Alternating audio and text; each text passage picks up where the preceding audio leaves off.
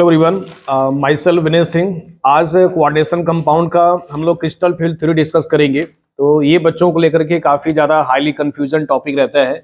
इस टॉपिक में बेसिकली देखो हम लोग क्या डिस्कस करेंगे, जो हमारे डी सबसेल होते हैं बच्चे, ठीक है ना, जो डी सबसेल होते हैं उनकी स्प्लिटिंग हम लोग सीखेंगे। तो देखो इस थ्योरी का हमें नीड क्यों पड़ा, थोड़ा इसका बेसिक जानकारी और कलेक्ट कर लेते हैं। तो बीबीटी में देखो दो ड्रॉबैक थे बच्चे, तो बीबीटी के दो ड्रॉबैक को पहले आप नोटिस कर ले अच्छे से। तो बेटा बीबीटी का दो ड्रॉबैक हमें ये कहता है कि उनमें से जो कलर प्रॉपर्टीज है, it could not explain colour properties, it could not explain colour properties. दूसरा बच्चे इसका ड्रॉबैक आता है, it could not explain why some ligand behave as a strong free ligands and why some ligand behave as a weak free ligands. Okay, यानी कि strong free ligands and weak free ligand कोई explain नहीं कर पाए बच्चे। तो colour properties और ligand के डिफरेंशिएट को समझने के लिए हमें जो थ्योरी आती है, नेक्स्ट थ्योरी आती है बच्चे, सीएफटी थ्योरी आती है। तो सीएफटी में देखो इसमें ये कंफ्यूजन होता है क्योंकि इसका जो स्प्लिटिंग होता है ना, ये स्टूडेंट्स को काफी ज्यादा इसमें डिफिकल्टी फेस करने को मिलता है। तो देखो इसमें हम लोग सीएफटी को क्या है ना, दो तरह से स्टडी करेंगे। तो मैंने इसमें जो पोस्टुलेट है, पोस्टुलेट का कोई ज्यादा इसमें इंपॉर्टेंस नहीं होता है, तो पोस्टुलेट को भी आप छोड़ दीजिए। आप मेरे साथ साथ इसको समझने का प्रयास करिए कैसे इसका स्प्लिटिंग होता है। तो देखो इस सीएफटी दो किस्मों की स्टडी करेंगे बच्चे। एक हमारा स्प्लिटिंग आएगा, यानी कि स्प्लिटिंग इन ऑक्टाहेड्रल कॉम्प्लेक्स बच्चे आएगा, स्प्लिटिंग इन ऑक्टाहेड्रल कॉम्प्लेक्स आएगा। डन हो गया अच्छे से। नेक्स्ट बच्चे हमारे पास डिस्कस करेंगे स्प्लिटिंग इन टेट्राहेड्रल कॉम्प्लेक्स डिस्कस करेंगे। ओके, तो देखो इसको थोड़ा समझने का प्रयास करते हैं। तो इसमें जो मेन पॉइंट्स आता है सेफ्टी का, कि जो इसमें मेटल है, तो मेटल को as a point charge treat किया गया है। मेटल को हम लोग क्या एज अ ट्रीट करते हैं, पॉइंट चार्ज ट्रीट करते हैं। तो खैर मतलब पहले इस डायग्राम को समझते हैं, फिर मैं इसके पॉइंट को समझाने का प्रयास करूंगा। तो देखो इसमें स्प्लिटिंग इन ऑक्टाहेड्रल कॉम्प्लेक्स, तो हमें डी सबसेल जो होते हैं, डी सबसेल में देखो टोटल बच्चे 5 डब्बे होते हैं। ये हम लोगों ने बीबीटी में भी अपना लेक्चर में डिस्कस किया है। तो डी सबसेल में टोटल कितने होते हैं, 5 डब्बे होते हैं बच्चे। तो अब देखो ये 5 डब्बों के क्लासिफिकेशन कुछ ऐसे हैं। पहले वाले का नाम इसमें DXY दिया गया है, दूसरे वाले का नाम DYZ दिया गया है, और तीसरे वाले का नाम DXZ दिया गया बच्चे। इसके अलावा जो दो ऑर्बिटल बच गए हैं, इनका नाम है DX2, Y2 एंड DZ2 दिया गया है। तो देखो इनके डी डब्बे को जानने से हमें ये फायदा होगा कि स्प्लिटिंग एक्चुअल में होता कैसे है, समझो। तो देखो हम लोगों ने लोअर क्लास में ये पढ़ते हैं, यानी क्लास 11th में, कि जो डी सबसेल है उसमें 5 डब्बे होते हैं। यानी कि सबसे पहले क्लासिफिकेशन देखा जाए तो सेल आता है, सबसेल आता है, और उसके अंदर ऑर्बिटल आता है, और उसके अंदर हम लोग बच्चे इलेक्ट्रॉन को फिल करते हैं। यहां तक आपको अच्छे से क्लियर हो गया। तो अब देखो इसमें हमें ये कहना, ये डायग्राम को जानना जरूरी है, क्योंकि ये डायग्राम को नहीं जानोगे तो आप स्प्लिटिंग को समझ नहीं पाओगे। तो देखो इसमें क्या ना कि ये जो जब ये पांचों एक जैसे होते हैं, इन पांचों को जब एक जैसे होते हैं तो बच्चे इनको बोलते हैं डीजेनरेट बोलते हैं। क्या बोलते हैं इनको, डीजेनरेट नाम दिया गया है। ओके, इनका बच्चे नाम दिया गया है, डीजेनरेट दिया गया है। तो देखो आप यहाँ पर वर्डिंग लिख सकते हो, degenerate means having similar energy. इसका मीन है बच्चे हैविंग सिमिलर एनर्जी। ओके, इनका मतलब है हैविंग सिमिलर एनर्जी। जब यहां पर लिगेंड्स मेटल की ओर अप्रोच नहीं करेगा तो उस केस में इसको डीजेनरेट बोला जाता है। डीजेनरेट का मतलब है हैविंग सिमिलर एनर्जी। एक नंबर में क्या ना ये भी वर्ड पूछ लेता है, what is meant by degenerate. तो degenerate means having similar energy. Done. अब देखो ये DXY का डायग्राम कैसे बनाते हैं, तो क्लास 11th में डायग्राम को आपको अच्छे से सिखाया जाता है। हालांकि आप भूल गए होंगे, तो फिलहाल यहाँ पे फोकस करते हैं। तो बच्चे इसमें देखो ये लोब्स होते हैं, इनको लोग बोलते हैं लोब्स, यानी इसमें क्या ना इलेक्ट्रॉन की पाए जाने की संभावना सबसे मैक्सिमम होता है। और जो ये बच जाते हैं एक्सेस, इसको बोलते हैं नोड्स बोलते हैं, NODES बोला जाता है। तो नोड्स का मतलब क्या ना कि इलेक्ट्रॉन के पाए जाने की संभावना बिल्कुल 0 हो, और लोब्स का मतलब होता है इलेक्ट्रॉन की पाए जाने की संभावना मैक्सिमम हो बच्चे। तो देखो ये हमारे पास DXY का जो शेप होता है डबल डंबल होता है। तो ये X और Y के बीच में बनेंगे, और इस वाले में एक्सेस को चेंज कर दो Y, और सपोज इसको Z मान लो। इसको बच्चे क्या ना कि X और Z मान लो। ओके, इसको क्या मान लो, X और Z मान लो। ओके, तो अब जरा देखो इसको, X हो गया, क्वेश्चन गया, वेट, हाँ।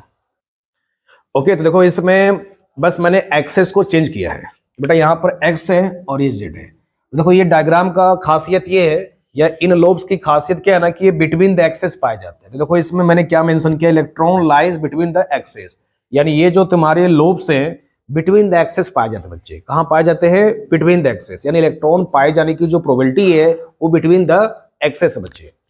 अब देखो रिमेनिंग दो डब्बे बचे हुए हैं, रिमेनिंग दो जो ऑर्बिटल बचे हुए हैं, इसको बोलते हैं d x square y square है, और इसको बोलते हैं डी जेड स्क्वायर बोलते हैं। तो देखो इसमें मैथ की तरह दिमाग मत लगाना कि x square minus y square x plus y और एक्स माइनस वाई कर देना, ये मैथमेटिक्स नहीं बच्चे यहाँ पर।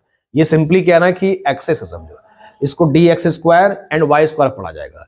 X square y square math की तरह मत पढ़ देना। मालूम चला कि यहाँ पर कुछ मैथमेटिशियन होंगे तो इसका दिमाग लगाएंगे, यहाँ तो फॉर्मूला कुछ ऐसे बन सकता है, ये यहाँ पर ऐसा नहीं करना है समझो।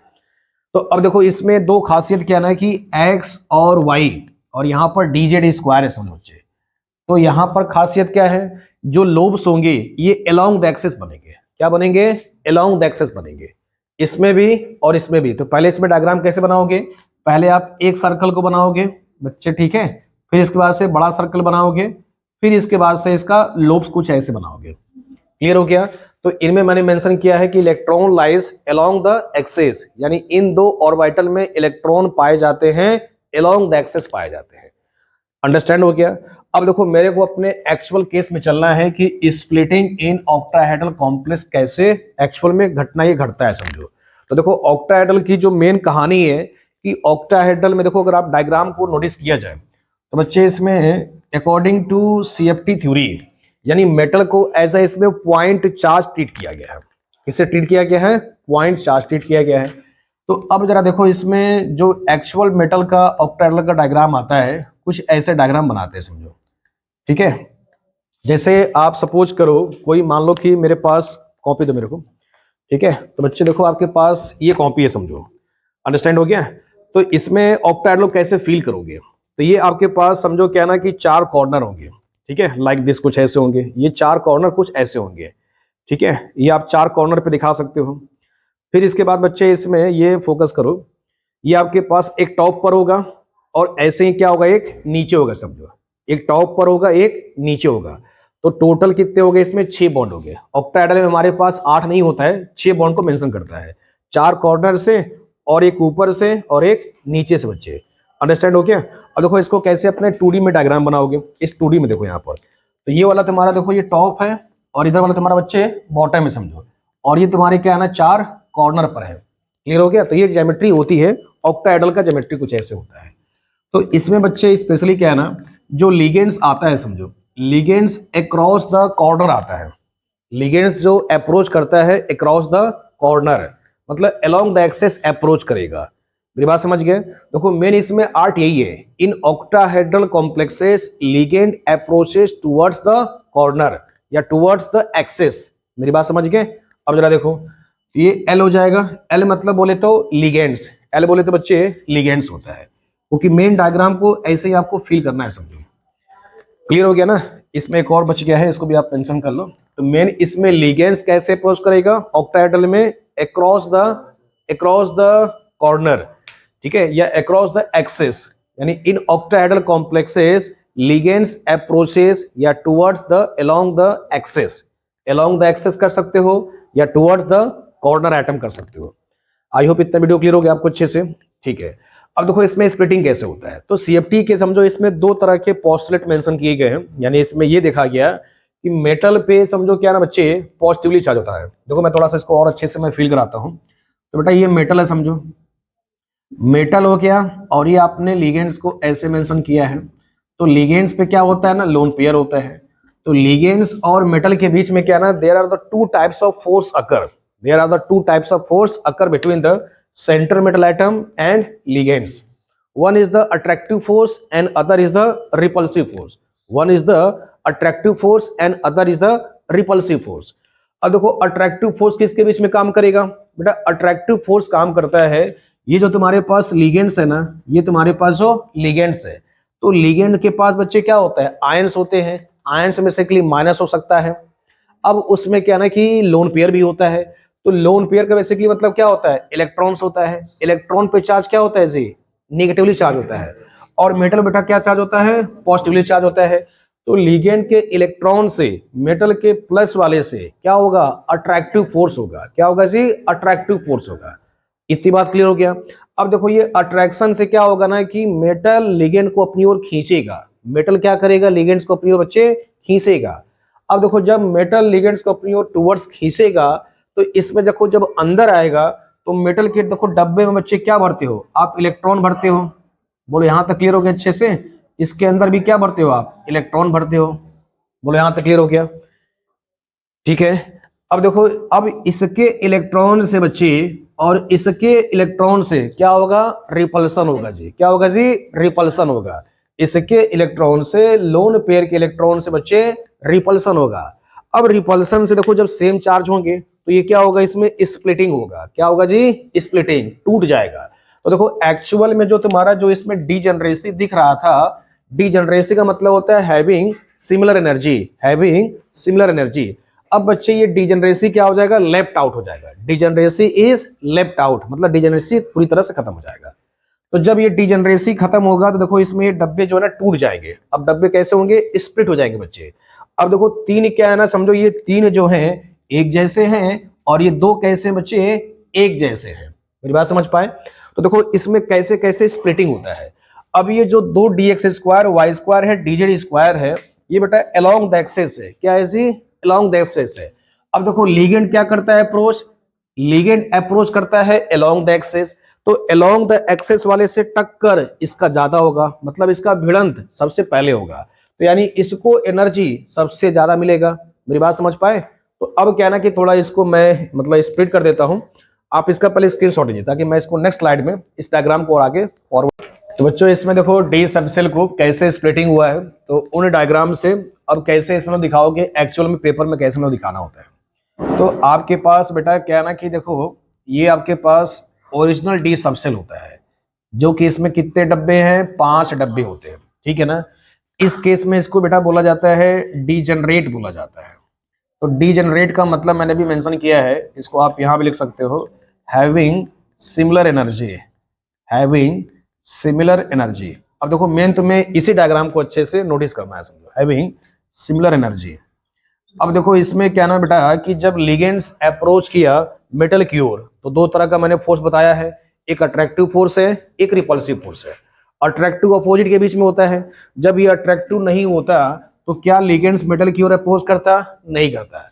जब ये समझो लिगेंड्स मेटल की ओर आया आया समझो बॉन्ड बनाने के लिए। देखो हम लोग क्लास 11 में क्या ना कि ठीक ठाक बढ़िया इसका डी सबसेल पढ़ते थे। अब जैसे जैसे तुम लोग क्या ना कि हायर स्टडी में जाते हो तो इनके अंदर भी क्या क्या घटनाएं घटती हैं उनकी आप स्टडी करते हो। अब जब बड़े लेवल पे जाओगे तो सीएफटी की बात थ्योरी पढ़ोगे, यही पढ़ोगे ना। पहले डी सबसेल को अच्छे से डायग्राम में फोकस किए कि अब देखो इतना बढ़िया सब कुछ दिख रहा था, डीएक्स वाई डिवाइड इसका तो कुछ नहीं हो सकता। लेकिन जैसे बड़े एजुकेशन में जाओगे ये डी डब्बे भी क्या हो गए, बंटवारा हो गए, 2 डब्बे में टूट गए। अब देखो कैसे टूटे हैं, आप जरा इसको समझते हैं। जब लिगेंड्स बेटा अप्रोच करेगा, लिगेंड्स क्या किया, इसमें अप्रोच किया, चलो तो बच्चे हैविंग सिमिलर एनर्जी। तो देखो इसमें कैसे अप्रोच किया लिगेंड्स, लिगेंड्स ने मेटल की अप्रोच किया तो इसकी डिजेनरेसी खत्म हो गई।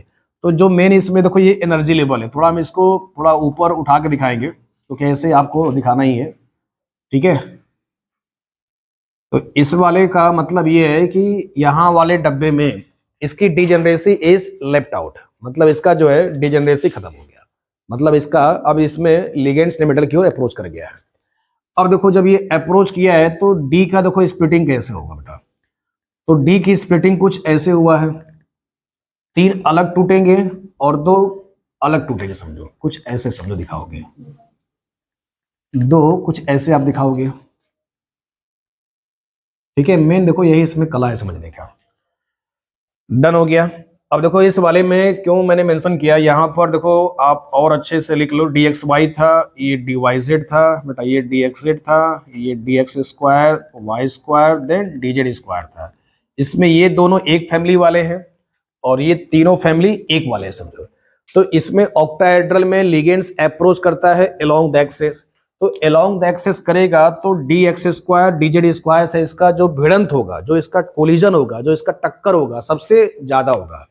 इसीलिए क्या ना कि देखो ये हमारा एक मतलब एवरेज एनर्जी है। एवरेज एनर्जी से क्या ना कि ये जो तुम्हारा 2 डब्बा है ये ऊपर उठता हुआ दिखेगा, मतलब इसकी एनर्जी क्या है, इसमें ज्यादा है। और ये इन 3 डब्बे की एनर्जी बेटा क्या है, कम है, समझो।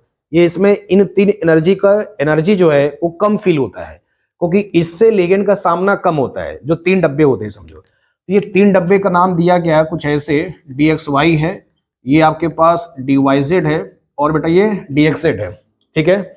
अब देखो dxy है, dyz है एंड dxz है, ओके। अब देखो स्पेशली इसको बेटा बोलते हैं T2G नाम दिया गया। क्या नाम दिया गया जी इसका?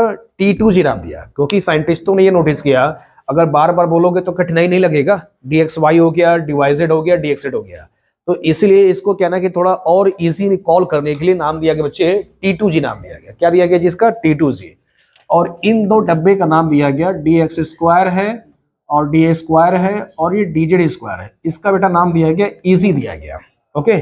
तो एक वाले का नाम T2G बोला गया और दूसरे वाले का नाम इजी बोला गया। मेरी बात समझ गया अच्छे से? इजी वाले का देखो एनर्जी ज्यादा है, क्योंकि इसमें इसका लिगेंड से जो टक्कर होता है ना वो सबसे मैक्सिमम होता है, इसलिए ये एनर्जी लेवल पे थोड़ा ऊपर उठा के दिखाते हैं। और ये एनर्जी लेवल में समझो कम बच्चे हैं, बोले इतना समझ में आ गया।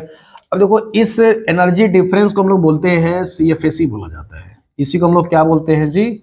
CFAC बोलते हैं। यानी CFAC का फुल फॉर्म आप लिख सकते हैं, C stands for crystal, F stands for field and S stand for splitting, या इसी को कहीं कहीं किसी बुक्स में स्टेबलाइजेशन भी बोलता है। क्या बोलता है? स्टेबलाइजेशन। तो इसका बेटा पूरा फुल फॉर्म हो जाएगा क्रिस्टल फील्ड स्प्लिटिंग एनर्जी या क्रिस्टल फील्ड स्टेबलाइजेशन एनर्जी। इतना अच्छे से क्लियर हो गया? अब देखो ये ऑक्टाहेड्रल का स्प्लिटिंग है ना, देखो इसको सिंबल में कैसे यूज करते हैं, तो बेटा इसको सिंबॉलिक रिप्रेजेंटेशन में क्या ना डेल्टा लिखते हैं। क्या लिखते हैं जी? डेल्टा। और ऑक्टाहेड्रल का जो सिंबल होता है ओ लेंगे। क्या लेंगे जी? ओ लेंगे। तो इसको सबस्क्रिप्ट में क्या लिख सकते हो? ओ लिख सकते हो। तो delta o indicates for energy. किसकी एनर्जी? ऑक्टाहेड्रल की। यानी ये स्प्लिटिंग किसकी एनर्जी बेटा? ऑक्टाहेड्रल की स्प्लिटिंग एनर्जी है। बताओ इतना अच्छे से क्लियर हो गया? देखो मेन इसमें यही आर्ट आपको समझना है। अगर ये आर्ट समझ गए तो समझो क्वेश्चन निकालना अपने आप में समझ जाओगे। देखो इसको फिर से एक बार थोड़ा सा मेंशन कर देता हूं। तो जब लिगेंड्स ने मेटल की ओर अप्रोच किया तो degeneracy is left out, okay. Then d orbital is split into two new set of hybrid orbital. One is T2Z orbital having lower energy and other is easy orbital having higher energy. Understand हो गया?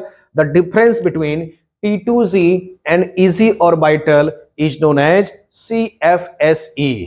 बोलो पूरी तरह से clear हो गया? Okay तो अब इसका क्या नाम बच्चे, आप स्टेटमेंट लिख लो अच्छे से, जो मैंने भी बोला है इसका स्टेटमेंट लिख लो अच्छे से ताकि आपको बोर्ड में डिस्कस द CFAC थ्योरी भी तो आता लिखने को। तो अब मेरे अकॉर्डिंग क्या ना कि आप इसका स्टेटमेंट भी आप अच्छे से बच्चे लिख लीजिए, तब फिर इसके बाद हम डिस्कस करेंगे स्प्लिटिंग इन टेट्राहेड्रल कॉम्प्लेक्स की डिस्कस करेंगे। तो देखो इसमें स्टेटमेंट कैसे आप मेंशन करोगे, देखो जो आपने मेरे साथ साथ इसको समझा है ना, इसी को आपको देखो वर्डिंग में लिख देना है। इसको क्या लिख देना बच्चे? वर्डिंग में देखो लिख देना है। तो आपने देखो इसमें क्या क्या समझा है, देखो बच्चे इसमें आपने क्या क्या लिखा है, इसमें जरा मेरे साथ समझो। तो मेरे साथ साथ लिखो इसको, when ligands approaches towards the central metal atom, when ligand approaches towards the central metal atom. Central metal atom को ये में भी शॉर्ट में लिख सकते हो, when ligands approaches towards the central metal atom. Degeneracy, degeneracy is left out. Degeneracy, degeneracy का मतलब सिमिलर एनर्जी। जब लिगेंड्स मेटल की ओर अप्रोच करेगा तो इसकी डीजेनरेसी खत्म हो गई। तो क्या लिखियो? Degeneracy is left out. Degeneracy is left out. Understand हो गया? Degeneracy is left out. अब देखो इसके बाद तुमने क्या नोटिस किया? Degeneracy is left out. Then आगे लिखो, देन डी ऑर्बिटल है, यानी डी सबसेल लिखो इसमें, D subshell, D subshell, D subshell is split into new set of hybrid orbital. D subcell is split, D subcell is split, D subcell is split into two new set of hybrid orbital, two new set of hybrid orbital, two new set of hybrid orbital. One is T2Z orbital, one is T2Z orbital.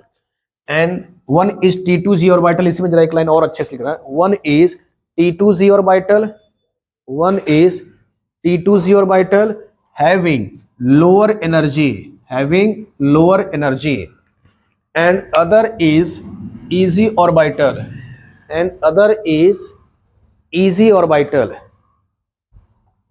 and other is easy orbital having higher energy, having higher energy, having higher energy।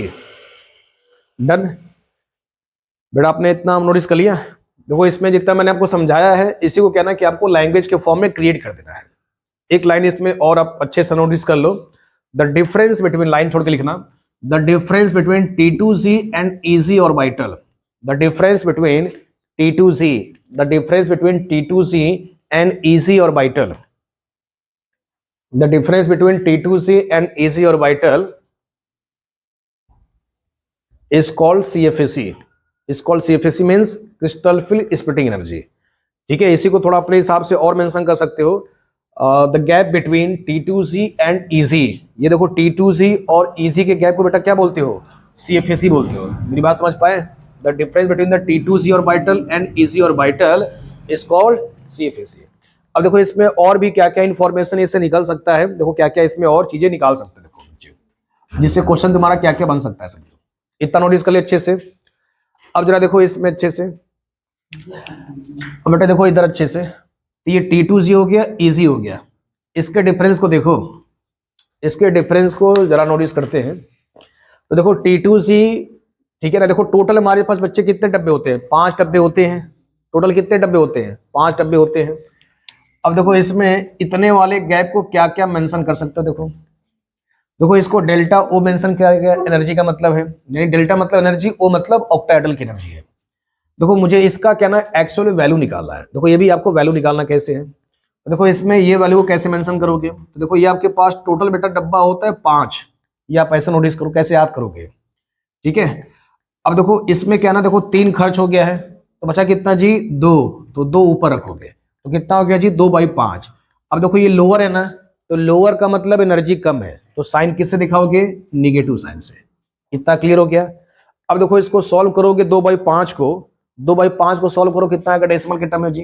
तो और में इसको लिखोगे, यानी कि और ये simplify करोगे बेटा, तो और में क्या लिखोगे? आएगा मेरे पास माइनस का 0.4 डेल्टा ओ लिखोगे। बोलो मेरी बात समझ में आया? देखो ये सब क्या ना कि आप अलग से बच्चे इसको याद करते हैं। मेरा शॉर्ट ट्रिक क्या है कि टोटल डब्बे कितने होते हैं जी? 5। डिनोमिनेटर में क्या लिखोगे? 5। न्यूमरेटर में क्या लिखोगे? देखो 3 खर्च हो गया, बचा कितना जी? 2। लोअर एनर्जी का साइन निगेटिव होता है, मतलब ये माइनस साइन क्या शो करता है कि इसमें एनर्जी डिक्रीज हो रहा है, इस वाले में एनर्जी क्या है जी? डिक्रीज हो रहा है। बोलो क्लियर हो गया? अब देखो इस वाले का एनर्जी बताओ, इस वाले का गैप की वैल्यू क्या हो सकता है जी? टोटल देखो डब्बे कितने हैं जी? 5। देखो 2 खर्च हो गए, बचे कितने जी? 3। और ये हायर एनर्जी का है तो पॉजिटिव साइन से रखोगे। क्लियर हो गया? इसको सॉल्व करो तो कितना आएगा जी? और में इसको क्या लिख सकते हो? यानी 0.6 डेल्टा ओ लिख सकते हो। बताओ सही है ना? अब बेटा इन दोनों को क्या ना कि देखो साइन का मतलब है लोअर एनर्जी, इन दोनों को जोड़ दोगे 0.6 और 0.4, तो बेटा कितना आएगा? सिंपली 1 आएगा। कितना आएगा जी? 1। या इसको 10 से मल्टीप्लाइड कर दोगे, देखो ये कितना आएगा? 4। इसको 10 से मल्टीप्लाई करोगे तो डेसिमल गायब हो जाएगा ना बेटा, ये 4 आएगा और ये 6 आएगा। तो अब उसके हिसाब से जब जोड़ोगे तो देखो ये 10 देता है जी। क्या देता है? 10 डेल्टा ओ, या फिर इसी को देता है 10 DQ देता है।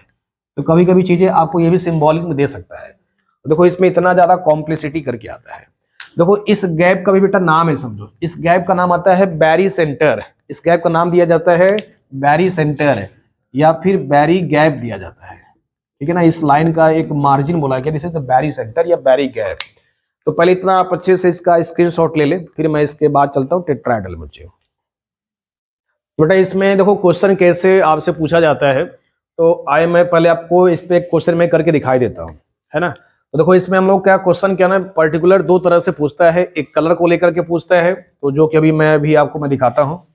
देखो ये भी क्या ना डीडी ट्रांजिशन इसी को बोलते हैं, कलर वाले में अभी डिस्कस करेंगे, तो फिलहाल डीडी ट्रांजिशन को अभी थोड़ा छोड़ते हैं।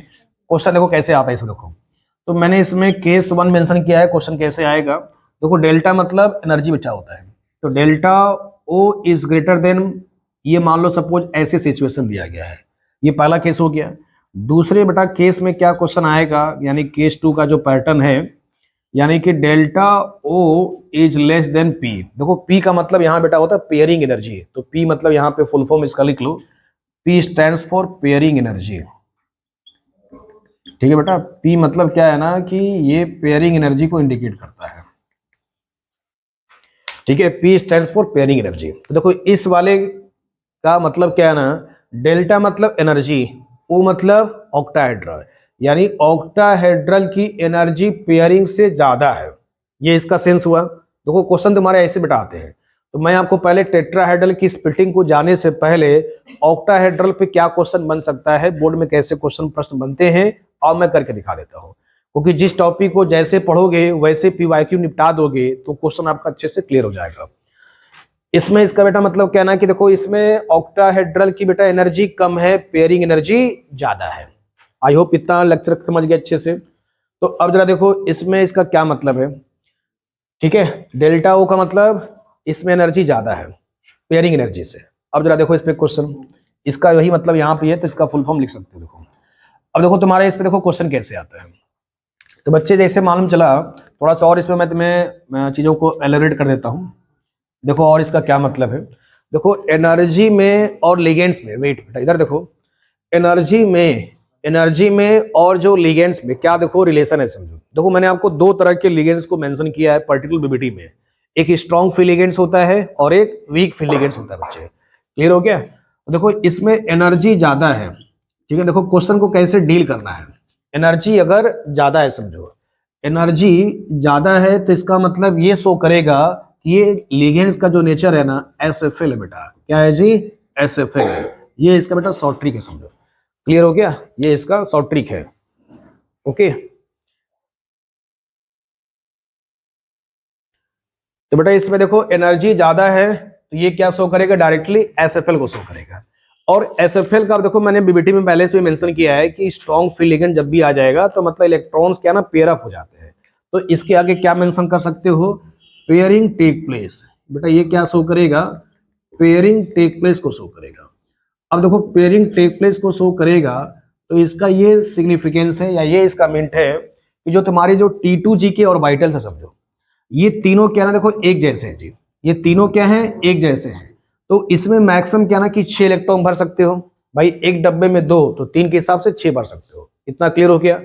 तो अब आप क्या ना कि ऊपर ना जाने की बजाय पहले इसमें आप भरोगे इलेक्ट्रॉन को। आओ देखो क्वेश्चन से फिल कराता हूं, इस वाले को जरा समझ लो फिर मैं क्वेश्चन कराता हूं। देखो इसमें आप क्लियर हो गया ना। तो एनर्जी ज्यादा एसएफएल है, एसएफएल है तो पेयरिंग टेक प्लेस कर जाएगा। इसमें क्या है ना कि देखो एनर्जी बेटा कम है, एनर्जी कम है तो ये क्या इंडिकेट करेगा, डब्ल्यूएफएल को। एनर्जी देखो इस वाले में क्या नोटिस कर सकते हैं बेटा, एनर्जी देखो इसमें कम है, इसका ऑक्टाहेड्रल में, तो ये क्या शो करेगा, डब्ल्यूएफएल को शो करेगा। तो डब्ल्यूएफएल में पेयरिंग टेक प्लेस नहीं होता है, डब्ल्यूएफएल में पेयरिंग टेक प्लेस बेटा नहीं होता है। अब देखो मैं इस पे तुम्हें क्वेश्चन कराता हूं। देखो क्वेश्चन देखो तुमसे क्वेश्चन पूछता है ड्रॉ द इलेक्ट्रॉनिक कॉन्फ़िगरेशन। आप क्वेश्चन लिख लो अच्छे से। देखो इसमें बेटा तुमसे क्वेश्चन कैसे पूछता है, draw the electronic configuration D4 configuration, D4 configuration, D4 configuration के लिए मुझे इलेक्ट्रॉनिक कॉन्फ़िगरेशन करना with the help of CFT theory. दो केस में देखो, पहला बेटा केस हमारे पास कुछ ऐसे है। पहला वाला केस मान लो आपके पास delta O is greater than P है, तो कैसे इलेक्ट्रॉनिक कॉन्फ़िगरेशन आएगा। दूसरे वाले बेटा केस में क्या मेंशन करोगे, delta O is less then P stands for pairing energy. Understand हो गया। देखो दोनों केस को मुझे फुलफिल करना है, ये बोर्ड में मोस्ट रिपीटेड क्वेश्चन में से एक है, तो इसको क्या ना कि आप CFT में मेजोरिटी क्वेश्चन में से इसको एक मान सकते बेटा।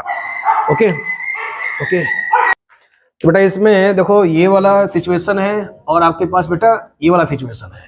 देखो इसमें इसका क्या मतलब अभी मैंने मेंशन किया जी, डेल्टा O मतलब क्या है जी, एनर्जी ज्यादा, एसएफएल है पेयरिंग टेक प्लेस करा देगा। देखो इसका डायग्राम कैसे बनाओगे, तो देखो अब मैं डायग्राम अगर नोटिस करूं तो ये आप दिखा सकते हो कुछ ऐसे, ठीक है ना। मेन आप एग्जाम देखो ऐसे दिखाओगे। तो बेटा इसमें क्या है ना, नीचे वाला देखो क्या हो जाएगा जी, 3 हो जाएगा, और बेटा ऊपर के क्या हो जाएंगे, 2 हो जाएगा। देखो इसमें एनर्जी ज्यादा है तो पहले हुंड्स के हिसाब से चलेंगे। तो बेटा हुंड्स के हिसाब से चलोगे तो पहले एक एक इलेक्ट्रॉन को भरोगे डब्बे में। देखो यही सब चीजें सीखना है तुम्हें, इन्हीं का देखो तुम्हें एक एक मार्क्स मिलता है। तो वो 3 भर गए ना, तो आप ऊपर नहीं जाओगे, कहाँ भरोगे जी, नीचे भरोगे। क्लियर हो गया ना। देखो ये तुम्हारा क्या है जी, T2Z है, और ये क्या है बेटा, इजी है। तो देखो तुम्हारे बुक्स में क्या है ना, जो सॉल्यूशन देखते होगे तो इसको ये डायग्राम बना के नहीं देता है। अब इसको कैसे लिखोगे, वर्डिंग के टर्म्स में। देखो T2G में कितना इलेक्ट्रॉन भरा गया है जी, 4। तो इसको बेटा लिख सकते हो T2Z4, और इजी में कितना है जी, 0। यही तो आप लिख सकते हो। तो बेटा ये इसका एक्चुअल मिनट हो गया। क्लियर हो गया बेटा, ये इसका एक्चुअल मिनट हो गया। T2G में 4 है, इजी में 0 है। क्लियर हो गया। अब जरा देखो तुम्हारे पास इस वाले केस को नोटिस करो। इस वाले में क्या है ना, एनर्जी कम है, समझो एनर्जी कम है तो मतलब WFL है, मतलब पेयरिंग टेक प्लेस नहीं करेगा। तो फिर से डायग्राम को नोटिस करो जी। तो फिर से डायग्राम को जब करोगे बेटा तो कुछ ऐसे आएगा ये, ठीक है। तो ये बना लो अच्छे से, ये 2 ऊपर बना लो, ठीक है। अब देखो ये दूसरे वाले केस के लिए है, ये वाला केस कौन सा है, यानी बी वाला केस के लिए डायग्राम है, ठीक है। तो आप पहले एक एक भरोगे डब्बे में, ठीक। फिर क्या करोगे, अब पेयरिंग नहीं कराना है क्योंकि एनर्जी कम है, समझो WFL को फॉलो करेगा, पेयरिंग टेक प्लेस नहीं होगा। तो ऊपर भरोगे, कहाँ भरोगे, ऊपर भरोगे। अब देखो इसको बेटा कैसे लिख सकते हो जी, T2G में कितना है, 3 है, T2G में 3, और EG में कितना है जी, 1। तो देखो ऐसे इलेक्ट्रॉनिक कॉन्फ़िगरेशन को लिखा जाता है, ठीक है। तो देखो ये आपके पास क्वेश्चन पूछने का तरीका है, CFT पढ़ने के बाद ये एक्चुअल में क्वेश्चन पूछने का तरीका है, समझो। तो आपने इस चैप्टर में यानी इस CFT में क्या क्या नोटिस किया, पहले स्प्लिटिंग कैसे होता है। स्प्लिटिंग डी वाले में यानी पर्टिकुलर ऑक्टाहेड्रल में T2G पहले टूटता है और EG बाद में टूटता है। T2G में 3 है, ये DXY DYZ DXZ है, इन तीनों की एनर्जी एक जैसी है। अब इसीलिए इसको बार बार बोला ना जाए, इसलिए इसका नामांकन किया गया, T2G बोला गया। दूसरे वाले का बोला गया EG बोला गया। बच्चे बोलो पूरी तरह से क्लियर हो गया। फिर भरने का तरीका क्या सीखा कि अगर इसका मतलब ये देखो, इनके पहले मिंट जान जाओ। इसका ग्रेटर का मतलब, डेल्टा मतलब एनर्जी, ओ मतलब ऑक्टाहेड्रल, ऑक्टाहेड्रल की एनर्जी स्प्लिटिंग ज्यादा है, समझो। तो एनर्जी डायरेक्ट शो करता है SFL को, यानी स्प्लिटिंग डिपेंड्स करता है लिगेंड्स पे।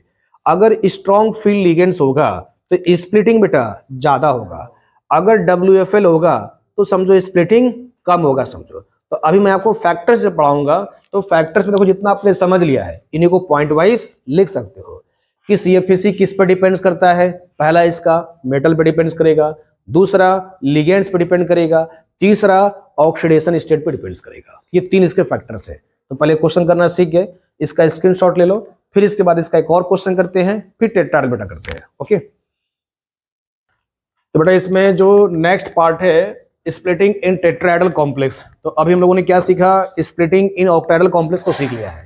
तो देखो इसमें टेट्राहेड्रल में क्या ना, जस्ट इसका बेटा रिवर्स होता है। देखो थोड़ा समझ लेते हैं। तो इसमें देखो, इसमें मेन पॉइंट्स ही आपको दिमाग में रखना है। टेट्राहेड्रल में जो लिगेंड्स अप्रोच करेगा ना, बिटवीन द एक्सेस करेगा। तो इसमें ये पॉइंट्स आप लिख सकते हो, in tetrahedral complexes, in tetrahedral complexes ligands approaches between the axes, यानी इसमें जो लिगेंड बेटा अप्रोच करेगा बिटवीन द एक्सेस, और ऑक्टाहेड्रल में कैसे अप्रोच करता है, अलोंग द एक्सेस करेगा। तो यही आपको 2 मेन कीवर्ड याद करने अच्छे से।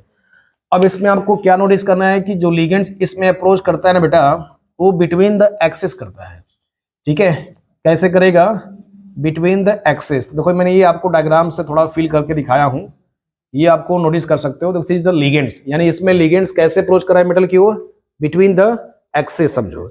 अब बिटवीन द एक्सेस अगर करेगा तो जो DXY DYZ DXZ है, इनका सामना सबसे पहले होगा, मतलब ये सबसे पहले कोलाइड करेंगे। अगर ये सबसे पहले कोलाइड करेंगे तो ये पहले टूटेंगे, मतलब इनकी एनर्जी ज्यादा होगा।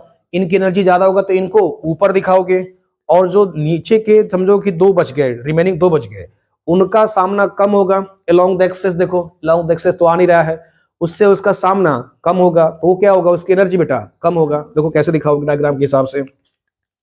तो बेटा मेन आपको इसमें यही नोटिस करना है। तो सबसे पहले क्या होता है ना कि डीजेनरेसी दिखाओगे। डीजेनरेसी का मतलब बेटा क्या होता है, हैविंग सिमिलर एनर्जी। तो इस वाले को क्या बोलोगे, डीजेनरेट बोलोगे। तो डीजेनरेट का मतलब क्या लिखोगे यहाँ पर, फिर से हैविंग सिमिलर एनर्जी लिखा जाएगा, हैविंग सिमिलर एनर्जी लिखा जाएगा।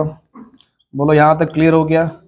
अब देखो इसमें बेटा क्या है ना कि इसको लिखते हो dxy, इसको लिखते हो dyz, dxz, dx square, then dy square. तो बेटा इसमें कैसे देखो स्प्लिट होगा, लिगेंड्स मेटल की ओर अप्रोच किया टेट्राहेड्रल में, तो टेट्राहेड्रल में कैसे, बिटवीन द एक्सेस है। तो ये जो तीन है समझो, इनसे इनका सामना पहले होगा, इनका सामना बेटा पहले होगा। ओके, तो बेटा इसमें अब इसका अप्रोच करेगा तो इसकी डिजेनरेसी खत्म होगी, ठीक है। फिर इसके बाद से ये आप फॉर्मेलिटी यहाँ पूरा कर दो, ठीक है। थोड़ा ऊपर बना कर दिखाओगे क्योंकि इसकी एनर्जी थोड़ा सा लेफ्ट आउट हो गई है। अब क्या करोगे, ये डब्बे को दिखाओ, तो पहले दो वाले को ऐसे दिखाओगे, तीन वाले को आप कुछ ऐसे दिखाओगे। ये तीन वाले क्या है, dxy है और dyz है और ये बेटा dxz है। इस बार देखो इसमें क्या है ना कि हम g नहीं लिखेंगे, ठीक है ना, ये पे थोड़ा सा ध्यान देना है। इस वाले को स्पेशली खाली आप e लिखोगे और इस वाले में स्पेशली बेटा खाली सिर्फ और सिर्फ T2 लिखोगे। क्या लिखोगे, सिर्फ E और T2 लिखोगे, वहां पर G लिखा जाता है। G मतलब जीरेड होता है। तो ऑक्टाहेड्रल का जो डायग्राम होता है ना वो सिमेट्रिकल होता है। सिमेट्रिकल के लिए हम लोग वर्ड बेटा यूज करते हैं जीरेड वर्ड यूज करते हैं, जीरेड। जी मतलब वहां पर जो वर्ड था ना जीरेड था, तो जीरेड का मतलब वो सिमेट्रिकल था, इसलिए ग्रीक वर्ड में वहां पर जी वर्ड यूज करते हैं। जी स्टैंड्स फॉर जीरेड, जीरेड का मतलब सिमेट्रिकल डायग्राम वाले में जी यूज करते हैं। अब देखो इस वाले को आप फिर भी वही फॉर्मेलिटी बेटा, ये गैप को क्या बोलोगे, CFAC बोलोगे, सब कुछ वैसे ही है। अब देखो CFAC है, ये आप नोट कर लो, दिस इज द CFAC हो गया, ठीक है, क्लियर हो गया CFAC। इस वाले को बोलोगे डेल्टा टी बोलोगे बेटा, क्या बोलोगे, डेल्टा टी बोलोगे। बोलो यहाँ तक क्लियर हो गया, डेल्टा टी हो गया। अब इसकी वैल्यू आप निकालो, इनकी वैल्यू आप निकालोगे, कैसे निकालोगे, जो प्रीवियस में निकाले थे। देखो दो टोटल की बेटा कितने होते हैं, 5 होते हैं। देखो 2 खर्च हो गए हैं, 2 खर्च हो गए, कितने बचे थे यहाँ पर, 3 बचा हुआ है। क्या साइन लगाओगे, माइनस। बेटा ये क्या शो करेगा, इक्विवेलेंट में, यानी कि माइनस का 0.6 डेल्टा टी शो करेगा। देखो टी मतलब टेट्राहेड्रल, डेल्टा मतलब एनर्जी। इस वाले का बेटा क्या शो करोगे, इस वाले में आएगा इसकी वैल्यू, यानी कि 5 हो गया टोटल और 3 खर्च हो गए, 2 बचेगा प्लस के साइन, प्लस साइन के साथ, और में आएगा 0.4 डेल्टा टी आएगा। बोलो क्लियर हो गया। तो कोई इसका एक्चुअल फिगर आ गया, ठीक है। तो बस तुम्हें यही दिमाग में रखना है कि एक याद कर लो, बाकी दूसरे वाले का उल्टा कर देना है। एक याद कर लो, दूसरे वाले क्या कर देना है, उल्टा कर देना है। तो इसमें T2 ऊपर हो जाएगा, E नीचे हो जाएगा। रीजन समझ गए, क्योंकि लिगेंड क्या होता है, बिटवीन द एक्सेस आता है। अगर बिटवीन द एक्सेस आएगा तो 3 डब्बों से कोलिजन सबसे पहले होगा, इसका एनर्जी सबसे पहले ज्यादा फील करेगा, एनर्जी का सामना सबसे ज्यादा होगा, मतलब इसकी एनर्जी ज्यादा, इसकी एनर्जी कम। तो वर्डिंग में सब कुछ वैसे लिख लोगे। इसमें क्या लिखोगे, इजी यानी e orbital having lower energy and T2 having higher energy, सब कुछ वैसे लाइन रहेगा, आप उसको अपने हिसाब से मॉडिफाई कर लेना है। अब देखो मैं इसमें क्या ना कि थोड़ा सा कुछ क्वेश्चन करा देता हूं इसको भी लेकर के। अब सपोज इस पे क्वेश्चन तुम्हारा वैसे ही बनेगा जैसे कि तुमने वहां किया था, तो देखो इसका भी क्वेश्चन वैसे कर लो बेटा। देखो जैसे क्वेश्चन तुम्हारे पास है डेल्टा टी, ठीक है, draw the electronic configuration D5 कर लेते हैं इस बार, चलो D5 कर लेते हैं इस बार बेटा। D5 क्या, चलो D3 कर लेते हैं इस बार, क्योंकि इस बार 2 है ना, तो मैं तुम्हें थोड़ा सा अच्छा फील करके दिखा देता हूँ। Draw the electronic configuration D3 के लिए इलेक्ट्रॉनिक कॉन्फ़िगरेशन तुम्हें बेटा करना है, समझो। तो डेल्टा टी करोगे, ये तुम्हारा मान लो कि पेयरिंग एनर्जी से ज्यादा है, ये पहला क्वेश्चन हो गया। दूसरा बेटा इसका क्वेश्चन क्या है कि delta T is less then pairing energy है, ठीक है, यानी इसमें पेयरिंग एनर्जी ज्यादा है, डेल्टा टी की एनर्जी बेटा इसमें कम है, समझो। डन हो गया। अब देखो इसको डायग्राम को कैसे करोगे। अब मैं इसका देखो एक शॉर्ट ट्रिक यूज करता हूँ। इसमें टोटल बेटा कितने डब्बे हैं, 5 डब्बे हैं ना, तो इनको क्या ना आप ऐसे भी दिखा सकते हो, ये भी एक शॉर्ट रिप्रेजेंटेशन होता है। देखो ये टेट्राहेड्रल का है ना, तो इसमें 2 दिखाओगे। आप जब एग्जाम में दिखाना तो क्या करोगे, ये डब्बे बना के दिखाना, ठीक है, ये डब्बे बना के दिखाना। इस वाले को देखो मैं ऐसे भी दिखा सकता हूँ, ये भी एक शॉर्ट रिप्रेजेंटेशन होता है, 1 2 3 4 और ये 5 हो जाएगा, समझो। क्लियर हो गया। अब देखो इसमें इसका मतलब एनर्जी ज्यादा है बेटा, तो पेयरिंग टेक प्लेस कर जाएगा। तो पहले हुंस के हिसाब से चलोगे, 1 इलेक्ट्रॉन भरोगे, फिर 2 भरोगे, फिर क्या करोगे, ऊपर नहीं जाओगे, तो फिर बेटा ये भरोगे, 3 भर गया। तो इसको कैसे आंसर में लिखोगे, यानी E पर कितना 3 और T2 पर कितना है जी, T2 पर बेटा 0 आएगा। तो this is the configuration, answer आ गया। देखो दूसरे वाले में देखो क्या करोगे, दूसरे वाले में फिर वही तरीका अपनाओ जो मेरा ये शॉर्ट ट्रिक है, ठीक है। ये आप दिखाओगे, ये आप दिखाओगे, यानी 3 भरना है मेरे को ना, तो पहले इसमें उसके हिसाब से फॉलो करो। एनर्जी कम है, WFL फॉलो करोगे, पेयरिंग टेक प्लेस नहीं होगा, कहाँ जाओगे, ऊपर जाओगे। इस बार क्या आ जाएगा E2 और इस बार बेटा क्या आ जाएगा T21 आ जाएगा। तो दिस इज द आंसर। अब तुमसे देखो स्पेशली क्या ना कि इसमें वैल्यू भी पूछेगा, एनर्जी भी पूछेगा कि कितना है इसका एनर्जी निकालना है। देखो सिंपलेस्ट तरीका है, तो पहले आप इसका स्क्रीनशॉट ले लो अच्छे से। तो बेटा इसमें देखो CFT को आखिरी जो है थ्योरी वाला टॉपिक बच गया है जिसका नाम है इंपॉर्टेंट फैक्टर्स है। तो इंपॉर्टेंट फैक्टर्स भी क्या ना कि पेपर में आपको ऑब्जेक्टिव क्वेश्चन PYQ में पूछा गया है। तो देखो इनको थोड़ा सा अच्छे से मेंशन कर लेते हैं। तो देखो ये CFAC यानी क्रिस्टल फील्ड थ्योरी जो है स्पेशली यानी ये 4 फैक्टर्स पे डिपेंड करता है। तो मेनली 3 फैक्टर्स है, ये इसका एक यानी कि कंक्लूजन वाला पार्ट है। तो देखो पहला इसमें बच्चे है नेचर ऑफ मेटल है, समझो। देखो नेचर ऑफ मेटल का स्पेशली मतलब क्या ना कि जब आप सेम ग्रुप में जाते हो, सेम ग्रुप के अंदर जाओगे तो आपके पास जैसे कॉपर है, सिल्वर है और ये मेरे पास गोल्ड बच्चे, ये एक ही ग्रुप में बिलोंग करते हैं। अगर एक ही ग्रुप के अंदर आप जाओगे ना तो आपका मेटल समझो कि चेंज हो गया, तो CFAC की वैल्यू बेटा बदल जाएगा। यानी कि अगर 3D से 4D में जाओगे और 4D से 5D सीरीज यानी ट्रांजिशन में जाते हो, यानी कि 5D वाले का मेटल का CFAC वैल्यू 4D वाले से बेटा क्या होगा, ज्यादा होगा। मेरी बात समझ पाए, यानी कि if we change metal CFAC value change. मेरी बात समझ गए, यानी कि देखो CFAC मेनली डिपेंड्स करता है 3 फैक्टर्स पे, नेचर ऑफ मेटल हो गया, नेचर ऑफ लिगेंड्स हो गया and nature of oxidation state हो गया। इनमें आप कुछ भी चेंज कर दोगे CFAC की वैल्यू बेटा चेंज हो जाएगा। तो इन पे भी क्या ना कि अच्छे क्वेश्चन बनते हैं समझो, तो हर तरह का क्वेश्चन आपको क्लियर हो जाना चाहिए। तो मैं आपको अगला पॉइंट समझा देता हूं, ऑक्सीडेशन स्टेट। देखो अगर ऑक्सीडेशन स्टेट बेटा देखो सिंपली क्या ना ज्यादा है समझो, यानी कि ऑक्सीडेशन स्टेट ज्यादा है समझो, यानी higher the oxidation state larger the CFAC।